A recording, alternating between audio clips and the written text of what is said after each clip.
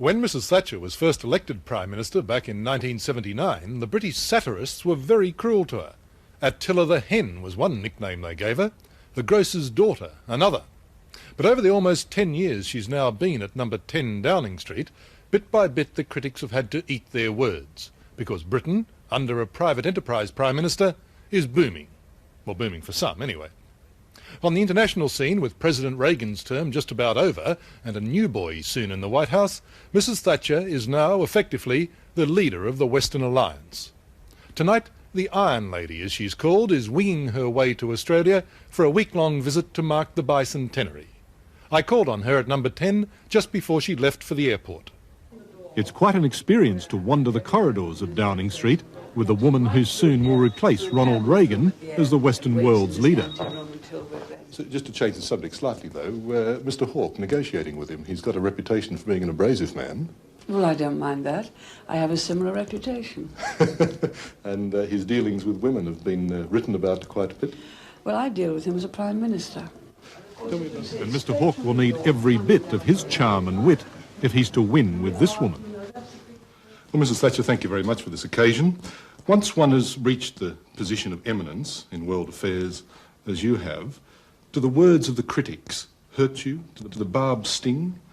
Especially the satirists here in England. I hear them talk of you, or have heard them talk of you, those ugly phrases. The Iron Lady, one of them was Attila the Hen, and then the product of second-class shopkeeping or something. Oh, not really. Sometimes you have quite a nice interview with a journalist, and then you find they go away, dip their pen in acid, and what they write tells you more about them than about the person they've interviewed. Now, after a time, you get a little immune to it. But sometimes, yes, it does hurt. Because frequently, if I see something, if I see an awful headline about myself, I won't read the article, because it would hurt. And you've got to keep your mind clear to make the decisions of the day. Right or wrong, whatever the issue might be, obviously you're doing your best. And when the criticism is as pointed and cruel and nasty as it sometimes is. Yes, when it's pointed and cruel and nasty, it's not really terribly good journalism. But if you put yourself in the front line in politics, as I have been for years, then you do expect to be shot at. Being a woman, I guess you must have been asked this question many times over the last 9 or 10 years. Do you think you bring any special womanly qualities to leadership? I think you're very practical. I think we think of policies in practical terms much more than making great general speeches about things which sound very good, but when you try to translate them into policies, don't really tell you very much. And we tend to be practical. I think we tend to know where we want to go and know how to get there. At any rate, I can only tell you that's the way I've done it. Leaving aside Elizabeth and Victoria, I mean, who after all had royal blood. Well, they were heads of state. I'm only a Prime Minister. Yes, but you, I'm not seeking to put faint praise on you. I mean, you are amongst the greatest female achievers that the world has seen, really.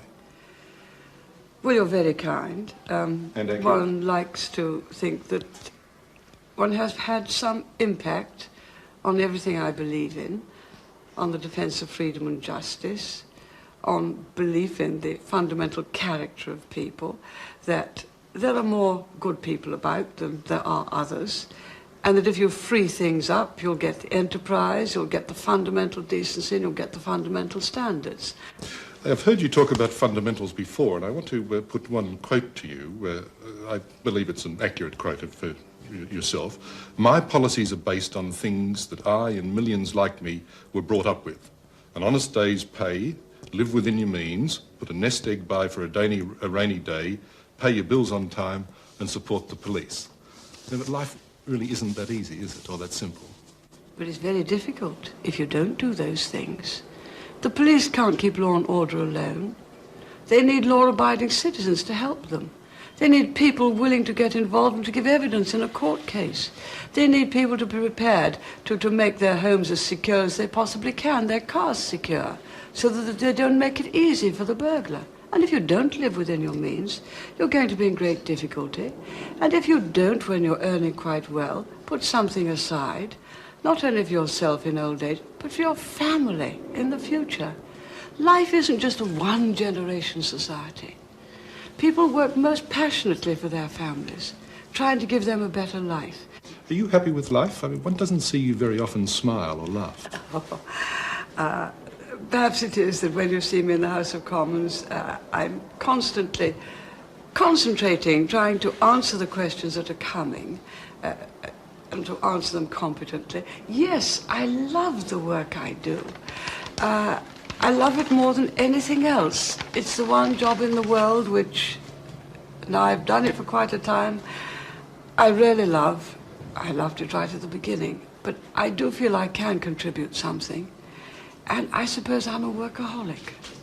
Tell me about the unions. At the worst, I think, about 1979, when you came to power, about 30 million work days lost in a year, and now it's about 2 million. Have you got something to teach us in that regard? I don't know your system. What I do know is what was happening here. Now, I relied on one fundamental thing, that ordinary folk don't like to be pushed around by bosses, whether they're industrial bosses or trade union bosses.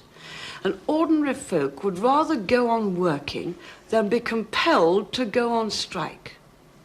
And so I started off by saying, look, if there's to be a strike, it's the members who should decide it. So I'm going to take away power from those trade union bosses and give it back to the members. And we gradually got rid of a closed shop. Quite wrong. If unions are any good, they should be able to persuade people. But you crushed the bosses, didn't you? That's your achievement. Crushed the bosses? I distributed the power fairly. The unions may be your great achievement, but what about your efforts at cutting government expenditure? And may the socialists, that you think so little of, but the socialists in Australia teach you a lesson here. The socialists in Canberra have managed to cut government expenditure. You have failed. Is that not the case?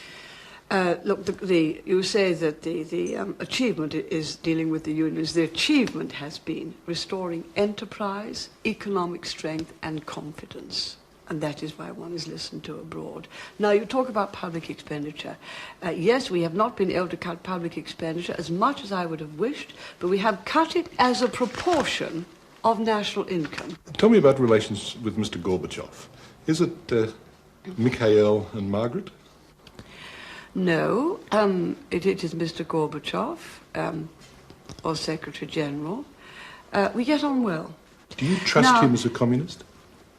I have always, whenever we have come to an agreement about what should be done, or his promise to look into a case, he has always done precisely what he said he would do, and more.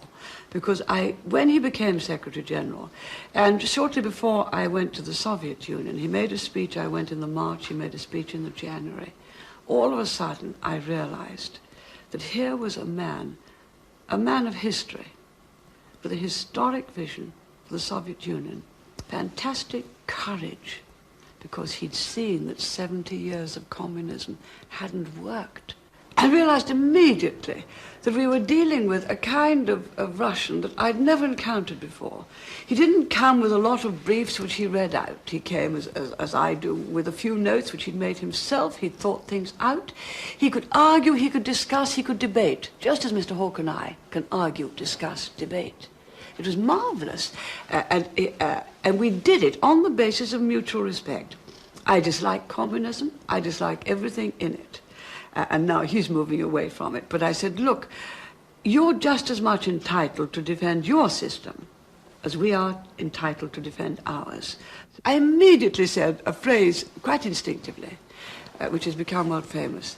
This is a man with whom I can do business. On the other There's side, more hope in the world now, internationally, than I have known in my lifetime. But on the other side of the Atlantic, President Reagan, I know this is an Australian term, would you call him a mate of yours? Indeed. Yes, I would. I knew him before he was president. He knew me before I was prime minister. But you we believed in the same things. Do you have doubts, long though? before we were president or prime minister. Do you have doubts, though, now, given his tolerance of astrology? I don't think I would put too much on that. I really don't think. Just look at all the fantastic things he's done. And I don't think they give very much weight to astrology. Just look at Any all weight, the... if he's got the finger on the button, any weight is terrible, isn't it? No, of course it has never affected his major decisions. Keep a sense of proportion. Don't believe everything you read. I heard He him. made it perfectly clear. Of course, it never affects the main decisions. Of course it doesn't. He came into power believing in strong defense, believing in liberty, believing in sound finance, believing that you should not, in fact, put up taxes to meet increased expenditure, believing in the enterprise, believing in the American dream, and turned it into practical things. I have negotiated with him many times. I do not believe astrology influences one single practical political decision. It'd be horrifying if it did, wouldn't it? I don't believe it does. Why did the Church of Scotland, or what did the Church of Scotland have in mind when it spoke of you as an evil politician with perverted values? And what did the Methodist Conference have in mind when it declared its sense of outrage at your policies increasing the wealth of the rich at the expense of the poor? I have no idea, but may I make it quite clear that that was not the conference's view. In either case, it might have been the view of one or two people who were there, even more than one or two people. Yes, of course you get people who hit out. If I may say so, they rely on me to be more courteous and tolerant to them than those people were to me. And may I say, perhaps having more of the milk of thoughtfulness and kindliness towards them than they expressed towards me. Those criticisms hurt.